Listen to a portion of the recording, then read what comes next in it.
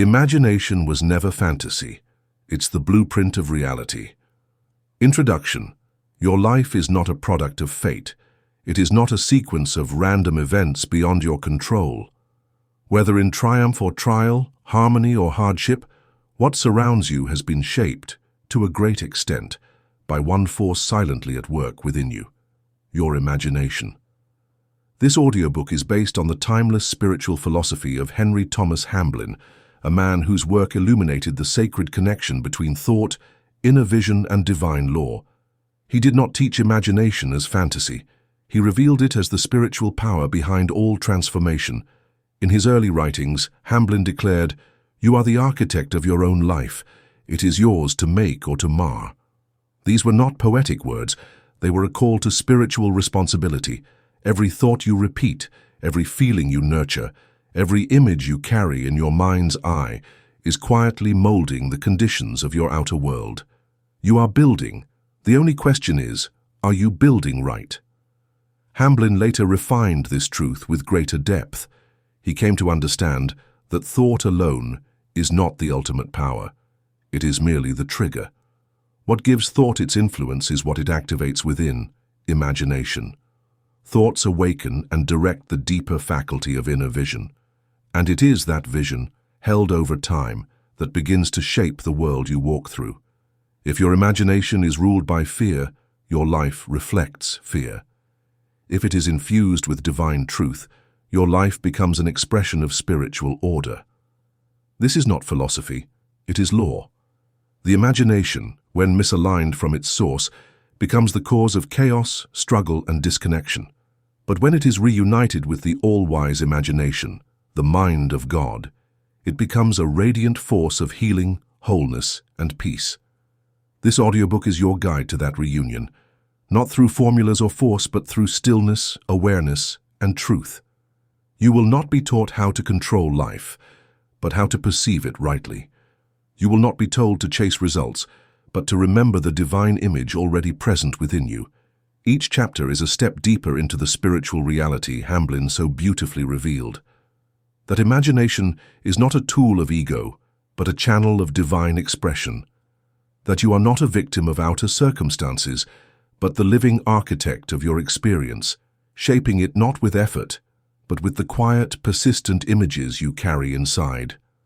The transformation you seek begins not with willpower, but with vision, not by reacting to the world, but by returning to your inner center, and allowing that center to project a new world around you.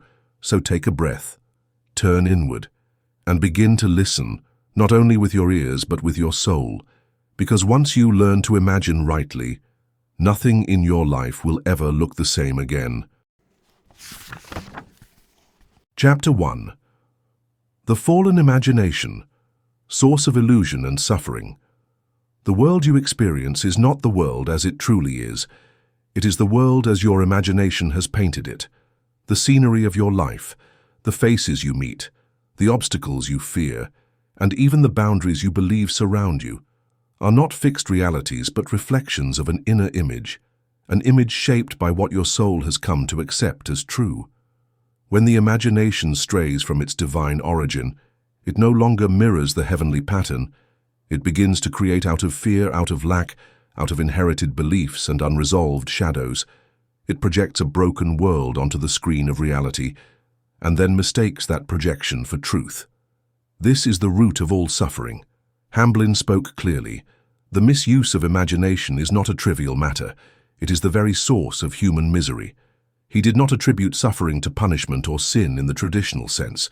He saw it as the inevitable outcome of a mind that has wandered from its center, from the all-wise imagination, the mind of God. When a man believes he is poor, his imagination fashions a world of scarcity. When a woman believes she is unworthy, her imagination reflects that unworthiness back at her in 100 mirrored forms. The universe becomes not what it is, but what we fear it to be. And thus, we are not living in truth.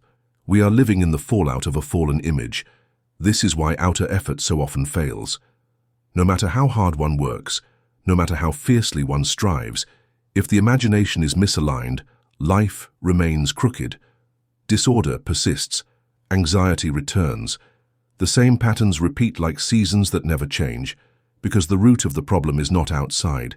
It is in the vision that silently governs from within. Hamblin called this a spiritual disease, a kind of forgetfulness that allows the soul to drift far from the divine image in which it was created. When imagination is misused, the sacred becomes distorted. The eternal becomes buried beneath appearances. The child of God begins to live as a creature of chance and fear. But this condition is not permanent. It is not a curse. It is a state. And states can be changed. This is not achieved through force or denial, but through remembrance. Healing begins when we stop trying to control appearances and instead return to the source that shaped us in wholeness from the beginning. You are not meant to struggle against the world. You are meant to awaken to the truth that the world, as you know it, begins within you. And if it begins within you, it can be renewed from within you. This is not imagination in the shallow sense. It is imagination as divine faculty. It is not fantasy. It is vision. And when vision is darkened by fear, trauma, resentment, or doubt, it loses its creative purity. Instead of building heaven, it builds shadows. Instead of reflecting God, it reflects the broken echoes of separation. A fallen imagination is not wicked. It is misdirected. It builds what it believes to be true. And if those beliefs are rooted in pain, in lack, in guilt or limitation, then suffering becomes the frame through which life is interpreted. But the moment those beliefs are questioned, the moment light enters and truth is remembered, the image begins to change. Slowly at first, then all at once. Hamblin reminded us that God never abandons the soul. Even in distortion, the divine pattern remains untouched, waiting for the return of right vision. Prayer, in its highest form, is not begging. It is the act of alignment. It is the soul choosing to see as God sees. It is the return of imagination to its sacred role, to behold the eternal, and by beholding, to manifest it. To walk this path is not to deny the existence of suffering, but to understand its source, and therefore its solution. The world of fear, conflict, and lack is not an absolute. It is a reflection of an inward misalignment. Correct the image within, and the world outside must follow.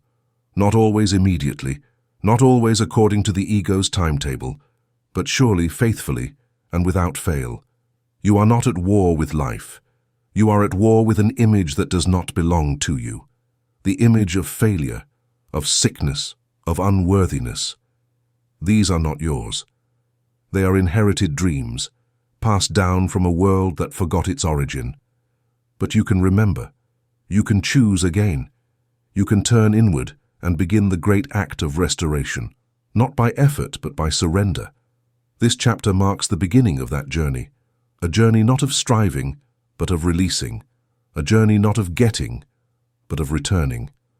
You do not need to imagine a new world. You need only bring your imagination back into harmony with the world that God has already imagined for you. It has always been there, whole, radiant, waiting, and so we begin. Chapter 2. The All-Wise Imagination, God's Eternal Blueprint. There exists an eternal pattern beyond the reach of time. It is not subject to decay, nor can it be altered by human opinion. It does not rise or fall with circumstance, and it cannot be destroyed by ignorance. This pattern, invisible to the outer eye but clearly perceived by the soul, is the divine blueprint of all that is perfect, whole, and complete. It is the thought of God made substance. It is the all-wise imagination. Before anything appeared in form, it existed in divine idea. Before the seed touched soil, before the star was flung into space, before the first breath was drawn, it was known in the mind of God. This is not theory, it is law. The universe is not random, it is ordered. Its beauty is not an accident. It is the visible expression of a higher intelligence that imagines only in harmony, in symmetry, in purpose. Hamblin understood this sacred principle. He did not see God as a distant being, but as the living, ever-present intelligence that upholds all things. He taught that God is not only love and life, but imagination itself, the original creator, envisioning the perfect idea of each soul. each moment, each unfolding. To align with that, imagination is to find peace. To oppose it is to suffer. You were not made in error. You are not a mistake of biology or fate. You are the expression of an eternal idea. You came into this world bearing within you the imprint of divine design. The fear, the doubt, the confusion you've collected over the years, these are not part of that design. They are clouds over a sun that has never stopped shining. The all-wise imagination does not change. It is the same yesterday, today, and forever. What changes is your awareness of it. When you live disconnected from it, your inner world becomes fractured, and that fracture spills outward into your circumstances. But the moment you begin to remember, not just intellectually, but spiritually, that there is a higher pattern for your life, the soul begins to heal. You begin to see not what the world has taught you, but what has always been true. To see as God sees is to see clearly. It is to know that the pain, the lack, the limitation you've believed in has no real substance. It is shadow, and shadows flee in the presence of light. The divine idea of your being has no shadow in it. It knows no fear. It contains no flaw. It does not question itself or wonder if it is enough. It simply is. You are not called to invent your perfection. You are called to remember it.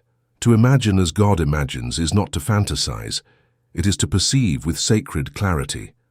When you see through the eyes of the all-wise imagination, you see what is truly there, not what the world insists is real.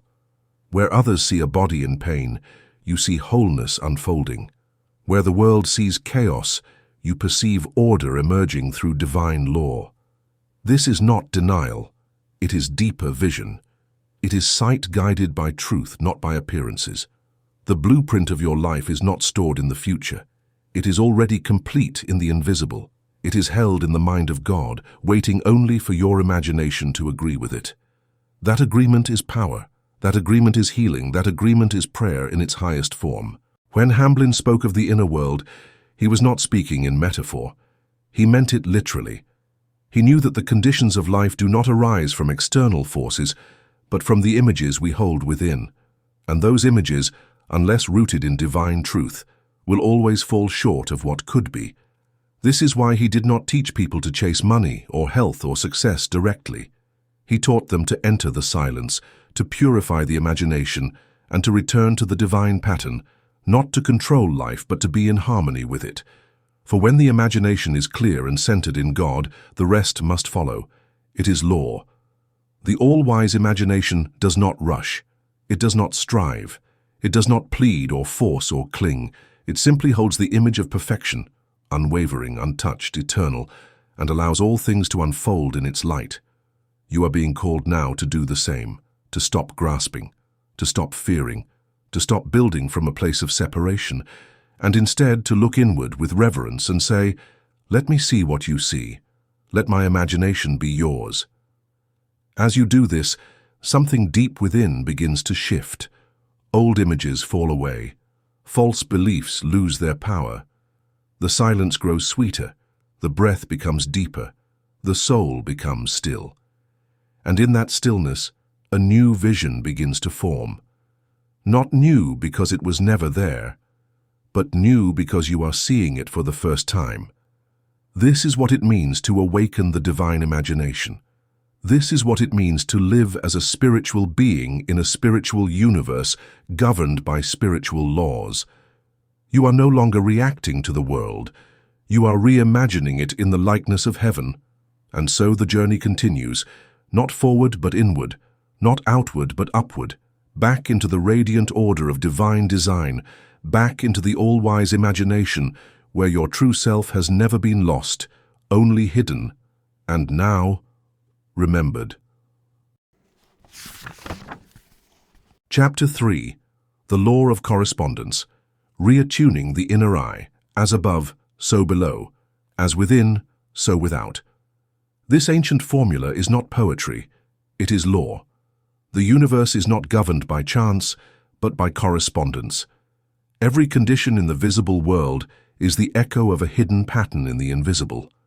Every joy, every fear, every success or limitation is a mirror reflecting the inner state of consciousness. What you experience outside yourself is what you believe, often unconsciously, to be true within yourself. There is no escape from this law, but there is liberation through understanding it. Hamblin taught that the universe is spiritual at its core, and that all things, from the health of your body to the state of your relationships and the abundance of your life, are correspondences, reflections of your dominant inner image. The mind, Hamblin wrote, is not creative merely because of its content, but because of its alignment. Thoughts alone do not shape reality. It is their connection to imagination, and whether that imagination is aligned with the all-wise mind, that determines their power. The law of correspondence is precise. It cannot be tricked, bribed, or manipulated. You cannot speak words of faith while holding images of fear and expect wholeness.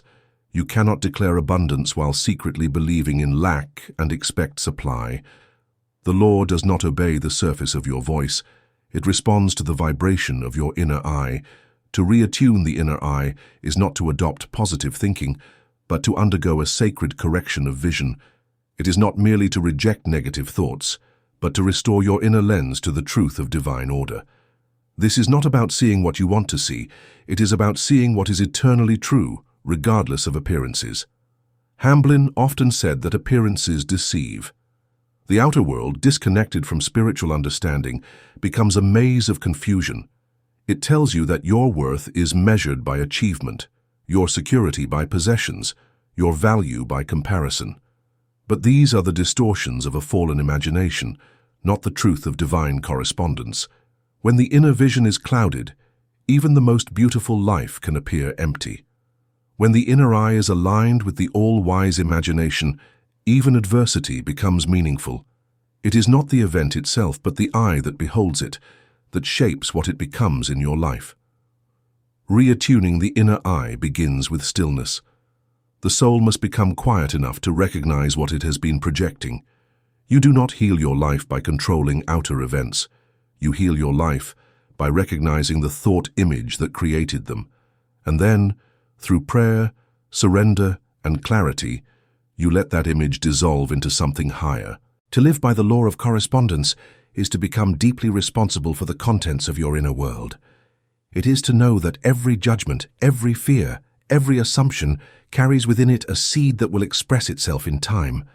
But it is also to know that every holy thought, every image of peace, every act of spiritual remembrance will also be expressed in its time. Nothing is wasted.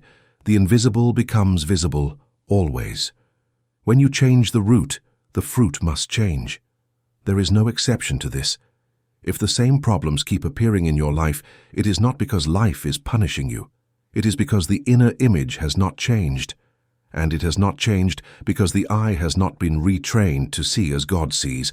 Hamblin insisted that the imagination must be trained like a muscle, not to visualize fantasies, but to behold truth, to perceive wholeness where the world screams brokenness, to see divine beauty where the world offers only shadows. This takes practice, it takes devotion, it takes humility, but it also yields the greatest reward, harmony with the divine pattern of life. As you practice spiritual perception, the world begins to respond. Slowly, yes, but unmistakably. People begin to act differently toward you. Opportunities that once eluded you begin to arise. The body responds to new rhythms. The soul, long buried under layers of false image, begins to speak again. This is not magic, it is correspondence. The law is perfect. The outer follows the inner as faithfully as the tide follows the moon. And when your inner vision is turned toward truth, nothing can prevent the outer from reflecting that truth in time.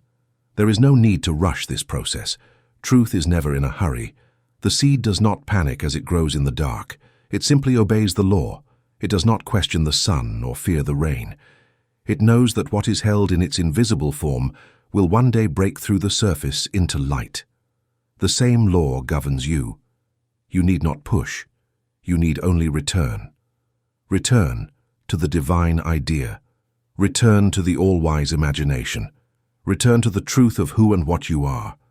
As your inner eye begins to see clearly, your world will begin to reflect that clarity, not because you made it so, but because you allowed it to be. The image within is everything.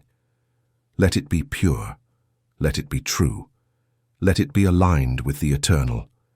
And the world, by law, will follow. Chapter 4. Seeing with the Eyes of God. To see with the eyes of God is not a poetic notion. It is a return to the original vision planted within the soul before the beginning of time. It is not a metaphor for moral goodness, nor a symbolic phrase for mystical bliss. It is a literal awakening of the inner perception that beholds the world not as it appears, but as it eternally is, whole, ordered, luminous, and alive with divine intention. When the human eye is guided by fear, it sees division. When it is ruled by memory, it sees through the shadows of the past. When it is bound by the senses, it registers only surfaces and shapes, mistaking the shell for the spirit, the temporary for the eternal. But when the eye is made single, pure, centered, surrendered, it begins to see through the veil. It sees the light behind the form. It sees the divine idea behind the broken image. And in that seeing, the soul is set free. This is not imagination as wishful thinking. This is imagination returned to its divine function, to mirror the mind of God. The eyes of God do not see failure, disease, or limitation. They do not waver or project judgment. They do not interpret appearances through the lens of fear. They perceive only the archetype, the perfect image held in eternal stillness, waiting to be made manifest through human alignment. Hamblin understood that human sight, when untrained, is the most deceptive of faculties. It collects evidence not of truth, but of belief. It confirms the patterns you already hold within. If you believe in weakness, it will show you frailty in the mirror. If you believe in lack, it will highlight emptiness in your environment. But these are not revelations. They are reflections. They do not speak to reality, only to your current state of vision. True vision begins when you recognize that what you see is not what is, it is what you are prepared to behold. The eye, like the ear, must be trained, not to ignore the world, but to penetrate it, not to escape life, but to reveal its essence. To see with the eyes of God is to look upon every person and behold the Christ within them, even when they themselves have forgotten it. It is to perceive in the sick body the wholeness that lies beneath the distortion. It is to witness in confusion the order waiting to emerge. It is to recognize that everything, even in its most chaotic expression, still carries the echo of its divine source. This seeing does not arise through effort. It is not a function of willpower or intellect. It is born in stillness. It begins in the silence where all judgment is laid down and all concepts are surrendered. When the soul becomes quiet enough, the veil parts, and the deeper truth begins to shine through the cracks of perception. Hamblin did not teach that people should ignore their challenges. He did not preach denial of suffering or the blind repetition of affirmations. Instead, he invited his readers to return to the divine image, not to reject the appearance, but to redeem it by lifting their gaze. He taught that transformation begins when you stop asking, "What is wrong with this?" and begin quietly affirming, "What is the divine idea beneath this appearance?" This sacred re-seeing has power, not only within the self, but outwardly. When you consistently behold others as children of the divine, their energy begins to shift. When you refuse to accept the appearance of failure, not in defiance, but in truth, new pathways open. When you gaze at life through the lens of divine order, the world softens its edges and begins to cooperate with your higher vision. Seeing with the eyes of God is not a technique. It is a relationship. It is the soul's intimacy with the source from which it came. When you live in this way, prayer becomes more than a request. It becomes perception. It becomes communion. You are no longer speaking to a distant force. You are seeing through its eyes. There is a deep serenity that comes with this level of perception. You are no longer tossed by appearances, no longer swayed by temporary storms. You see the storm, yes, but you also see the unshakable peace behind it. You are no longer afraid of change, for you see the changeless beneath the shifting. You are no longer enslaved by time, for you see eternity breaking through every moment. This is not a passive spirituality. It is the most potent form of action, for nothing transforms the world more radically than the one who sees it as God sees it, and holds that vision unwaveringly, regardless of appearances. To see in this way is to heal, not by fixing, but by recognizing. You do not need to project light. You need only stop projecting shadow. The light is already there. The image of perfection is already present. The blueprint is intact. When your inner eye no longer filters truth through fear, what is true shines of its own accord. You are being invited now to stop judging your life by what you see. You are being called to behold a deeper dimension, not somewhere far off, but here, in this moment, within every form and every breath. The divine idea is never absent. Only the vision that beholds it may be clouded. But that vision can be restored, not through effort, but through surrender, not through will, but through love. As you begin to see with the eyes of God, the world will cease to oppose you. It will begin to reflect your clarity, your peace, your truth. You are not here to change the world by force. You are here to behold the world as it truly is, and in that beholding the world will change. Chapter 5. The Creative Flow. Imagination and feeling as forces of manifestation. Creation is not mechanical. It is not manufactured like a product from a factory. It is born in silence and moved by feeling. What comes into form does not arrive by chance, but by the invisible current that flows between thought and emotion, between image and energy. This current is the creative flow. And when it is purified and aligned with truth, it becomes the most sacred force in the universe. Imagination alone is not enough. The image must be alive, not sketched in dry thought, but infused with feeling. Feeling is the power that animates the image. Without it, the idea remains a ghost. With it, the idea takes on substance and begins to call into itself the conditions necessary for its expression. Hamblin understood this with crystal clarity. He taught that thoughts are not powerful in themselves. They are powerful because of what they do. They direct the imagination, and the imagination, when moved by spiritual feeling, becomes a channel through which the divine order flows into visibility. This is why forced affirmations often fail. They are hollow words if they do not stir the soul. They do not reach the creative field unless they are carried by deep inner conviction. And conviction is not shouting. Conviction is quiet knowing. It is the feeling of truth vibrating in the inner chamber of the heart. The outer world is shaped not by what you want, but by what you truly believe. Not by what you say once in a while, but by the emotional tone you live in day by day. That tone, that consistent feeling, is the magnet. It either draws to you the likeness of divine ideas or repels them by the dissonance of fear, doubt, and confusion. Hamblin did not encourage people to visualize specific outcomes. He cautioned against trying to bend life to the will of the ego. Instead, he urged the soul to enter into a deeper state, a state of harmony with the all-wise imagination, and from there, to feel the truth of divine order, wholeness, and abundance. That feeling, he said, would guide the imagination to form images that carry the signature of the eternal. This is the true art of manifestation, not controlling the outer, but bringing the inner into such a state of purity and peace that only what is in harmony with divine law can come forth. You are always creating. Always. Every moment.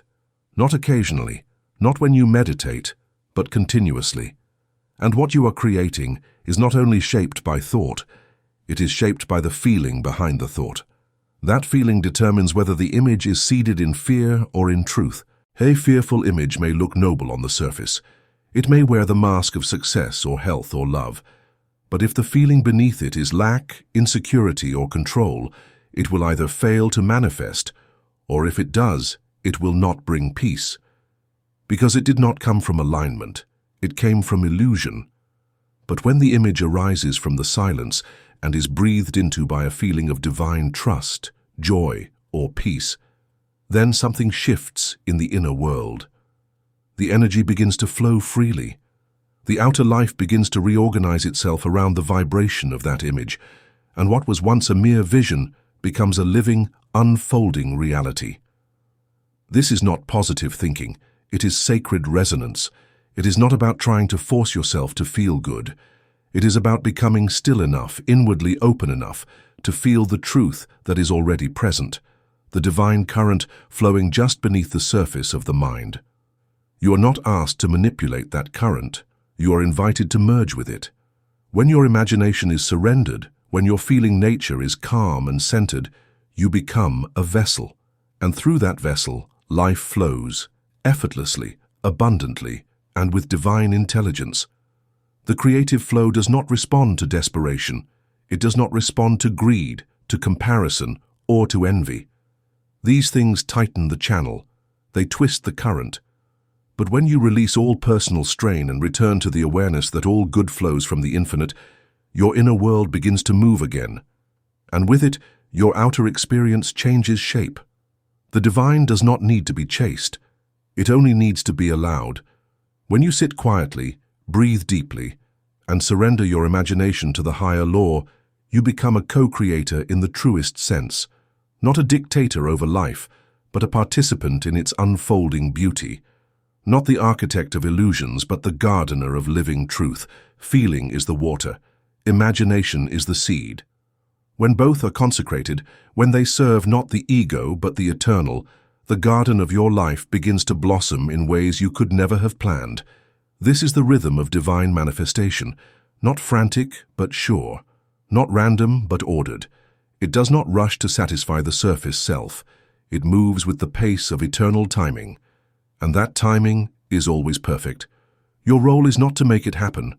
Your role is to become aligned, to become still, to imagine rightly, and to feel deeply, not what the world tells you is real, but what your soul has always known to be true. That knowing is the current. That current is the bridge. That bridge leads to the visible birth of the invisible. And so you are creating now, not later, not one day. Now. Let your imagination return to the all-wise mind. Let your feeling nature rest in divine assurance. And let life through you become the song it was always meant to sing. Chapter 6. The Art of Sacred Imagination. Sacred imagination is not an act of desire. It is an act of devotion. It is not used to manipulate reality, but to commune with the divine pattern behind all things. It is the inner faculty by which the soul gazes upon the face of God, and learns to see the world through the light of eternal truth. To imagine rightly is to remember. It is to recover the original vision of the soul before it was shaped by fear, loss, and distortion. Sacred imagination does not invent, it perceives. It does not grasp, it beholds. And in that beholding, it becomes the vessel through which spirit moves from formless essence into visible form. Henry Thomas Hamblin taught that imagination misused creates suffering, but imagination sanctified opens the soul to divine power. The difference is not in the technique, but in the orientation. The mind that seeks to impose its will distorts the current of creation. The heart that seeks to align itself with the infinite becomes a channel for divine law to express itself without obstruction. To cultivate sacred imagination, one must first become quiet. The outer world must be silenced, not by force but by returning attention inward. It is in the inner sanctuary that the imagination is trained, purified, and reawakened. Hamblin did not instruct his readers to visualize riches, achievements, or outcomes. He invited them to contemplate wholeness, to dwell in the idea of perfect order, and to surrender all desire for control. Imagination begins to become sacred when it is no longer used to escape life, but to behold it rightly. This process does not demand complex rituals or esoteric knowledge. It asks only for sincerity and presence. Close your eyes, let the noise settle, and then, gently, begin to sense the world as it truly is, beneath the appearances, beneath the projections, beneath the rush of expectation. Imagine a world held together by love, a world where every person is radiant with divine potential. Imagine your body whole, not because you want to fix it, but because wholeness is its original blueprint. Imagine peace, not as a distant goal, but as the very fabric from which you are made. Imagine supply, not as a thing to chase, but as a current that flows from the invisible when nothing blocks it. This is not fantasy. This is spiritual perception. You are not making something happen. You are remembering what already is. Hamblin suggested a simple but powerful practice. Each day, close your eyes and contemplate a state of perfect harmony.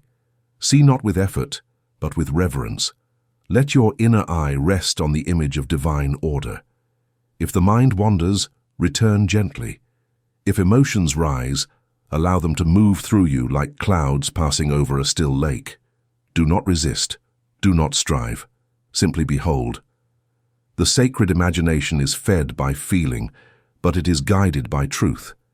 It is not driven by fear, nor does it need to prove itself.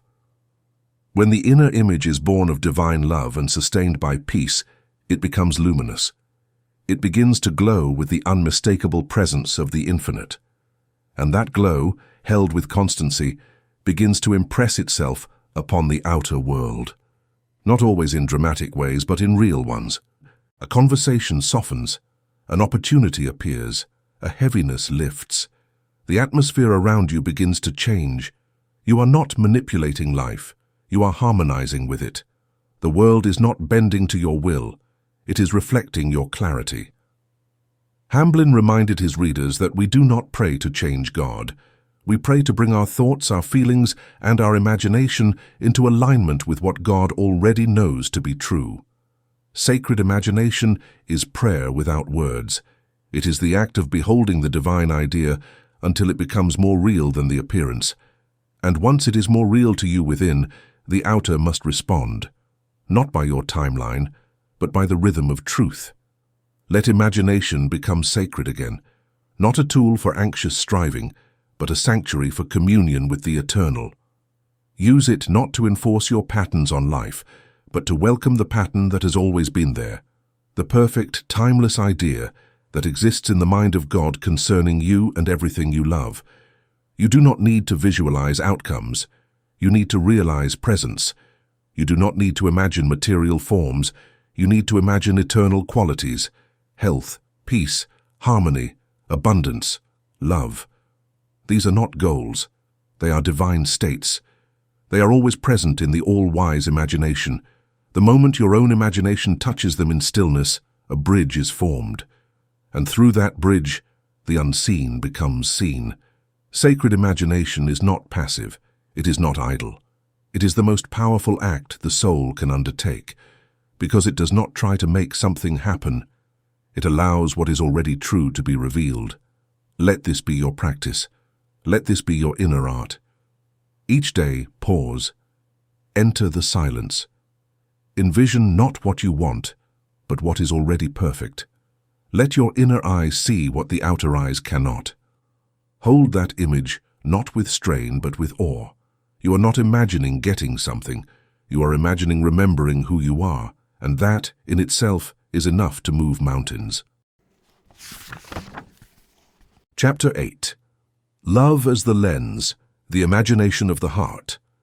When love enters the imagination, everything changes. Vision becomes clear. Judgment dissolves. The mind softens, and what once looked broken now begins to glow with hidden purpose. Love does not distort reality, it reveals it, and only through the lens of love can imagination fulfill its sacred role. Imagination without love becomes ego-driven. It tries to manipulate, to control, to impress. It builds images based on fear and desire, rooted in separation. But when the heart leads, when the imagination is immersed in divine love, the images it creates are luminous, healing, and aligned with truth. Henry Thomas Hamblin taught that love is not an emotion. It is a divine force, the very essence of God, and the only force capable of harmonizing the inner world. Without it, spiritual practice becomes dry and lifeless. But with it, every word, every breath, every thought becomes sacred. To imagine through love is not to fantasize. It is to see rightly. It is to perceive others, not as they appear in their confusion, but as they truly are. Spiritual beings, radiant with the same light that lives in you. This doesn't mean ignoring pain or pretending faults away. It means holding the divine image even when it's hidden, even when someone has forgotten who they are. This is the work of the sacred imagination, to see the soul behind the mask, the order behind the chaos, the Christ hidden in the crowd. Love quiets the mind and opens the heart. When you sit in silence and allow yourself to feel love, not directed at anything, just present as a state of being, your imagination naturally begins to align. It stops projecting separation and begins to reflect unity. It stops visualizing outcomes and starts beholding divine essence. Hamblin reminded his readers that love is the key. Not technique, not control, not ambition, love. When you imagine health, do it with love. When you contemplate abundance, do it with love. When you pray for change, let it rise from love, not fear. The feeling behind the image determines its creative power. You may ask, how do I cultivate this love? You may ask, how do I cultivate this love? You don't need to manufacture it. You need only allow it. It is already present within you because it is what you are. Beneath every anxious thought and hardened belief is a soft light, gentle, steady, and divine. As you turn toward it, even for a moment it begins to rise. Imagination bathed in love becomes clear, effortless, and radiant. It no longer seeks to get, it seeks to give. It no longer fears, it trusts. It no longer reacts, it blesses. And as it blesses, it creates. This is not a technique to get what you want. It is a way of seeing that restores you to who you are. And from that restoration, all good naturally flows. Imagination and love were never meant to be separate. One gives form, the other gives truth. One creates the image, the other infuses it with divine life. Let them work together in you. Before you visualize love, before you speak love, before you plan love. And then imagine from that space, you will see differently. You will create differently. And most of all, you will live differently. This is the imagination of the heart, soft, strong, and aligned with the will of the infinite. And when you imagine through it, you are no longer seeking miracle. You are one. Chapter 9. The World You Imagine, Transforming Reality from Within. You are not at the mercy of the world. You are its silent architect. What you call reality is not something fixed or foreign. It is a reflection, a projection, a correspondence between what you consistently hold within and what appears around you. The world you move through every day is not outside you. It is within your image of life. Hamblin made this clear. We do not change the outer by force. We change it by transforming the inner atmosphere. Every thought you persist in, every emotion you nurture, every image you carry in the background of your awareness becomes part of the living texture of your experience. This is not abstract, it is law. What is impressed within becomes expressed without. Not always immediately, not always visibly, but without exception. The unseen governs the seen, and the imagination is the bridge between both. Most people try to fix the outer. They rearrange jobs, relationships, homes, and plans, yet still feel unrest, still feel trapped. Because what must change first is the inner state of consciousness that birthed those conditions in the first place. And that state is shaped most powerfully through imagination. When you imagine something consistently, with feeling, with belief, with acceptance, you are not merely entertaining an idea. You are planting a seed in the invisible field. That seed grows quietly beneath the surface of your life until it pushes upward and manifests as experience. The outer may call it coincidence, but the soul knows otherwise. Hamblin taught that your environment is a mirror, a sacred teacher. If the reflection is distorted, it is not because life is against you. It is because the image being projected from within is unclear, wounded, or misaligned. But this is good news, because it means you are never a victim. you are always at choice. To change the world, change the image you hold of it, not with fantasy or wishful thinking, but with holy vision, with sacred imagination. See life not as a threat, but as a spiritual canvas responding to your vibration. Envision wholeness where you once saw conflict. Envision abundance where you once believed in lack. Envision divine harmony where chaos once ruled. This is not denial of facts, it is realignment with truth. The facts may say impossible, but the divine idea knows no such limit. When your imagination agrees with that idea, the impossible begins to dissolve, and the higher order reveals itself. You are not imagining to escape the world, you are imagining to transform it from its origin point, your own consciousness. Hamblin often wrote of the law of plenty. He explained that lack in the outer world is the result of a lack consciousness, a belief in separation from source. But when imagination is turned toward the divine supply, not as something to chase but as something already present, the soul relaxes and abundance begins to express itself in all forms. The same is true of health, peace, love, and every good thing. The outer experience is simply the echo of the inner image. When you cease projecting fear and begin projecting truth, the echo changes. The world you imagine becomes the world you live in. Let this be your quiet revolution. Let this be your sacred practice. Each day return to the inner sanctuary. Close your eyes, breathe, and gently, reverently, hold the image of divine order for yourself, for your life, for those around you, and for the world, not with effort, not with pressure, but with love.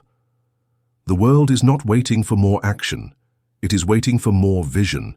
Vision rooted in divine reality, vision unclouded by fear, vision held steadily in the silence until it shines through appearances and reshapes them with grace. You have that vision within you now, not as a fantasy, but as a power. Use it not to demand. Use it to remember. You are not here to escape this world. You are here to reimagine it until it reflects the truth of heaven. Chapter 10. The Kingdom Within, Living in Harmony with the Divine Pattern. There is a kingdom not made by hands, untouched by the world, incorruptible and eternal, and it lives within you. It is not far. It is not hidden in a distant heaven or a future life. It is here. It is now. And it begins to unfold the moment your imagination aligns with the divine pattern. Hamblin called this alignment the true purpose of life. Not to conquer the world, but to live in tune with the eternal law behind all things. This law is not external. It is written in your spirit, and when your thoughts, feelings, and visions return to it, peace emerges, not as a reward, but as a natural consequence of harmony. To live in the kingdom within is to let go of strain, to cease the desperate grasping at outcomes, and recognize that all you seek already exists in the invisible. Your work is not to create truth, it is to surrender to it. And that surrender begins in the imagination. When your inner pictures are shaped by fear, the outer world reflects conflict. But when your inner pictures are shaped by divine ideas, peace, abundance, wholeness, love, the outer world begins to reorganize itself around that vibration. The divine pattern is perfect, not because it avoids difficulty, but because it transforms it. It does not promise a life free of challenge, but a life governed by purpose and trust. When the imagination is sanctified, it no longer resists the flow of life. It flows with it, co-creating not from ego, but from spirit. Hamblin's writings are clear. The mind must become still.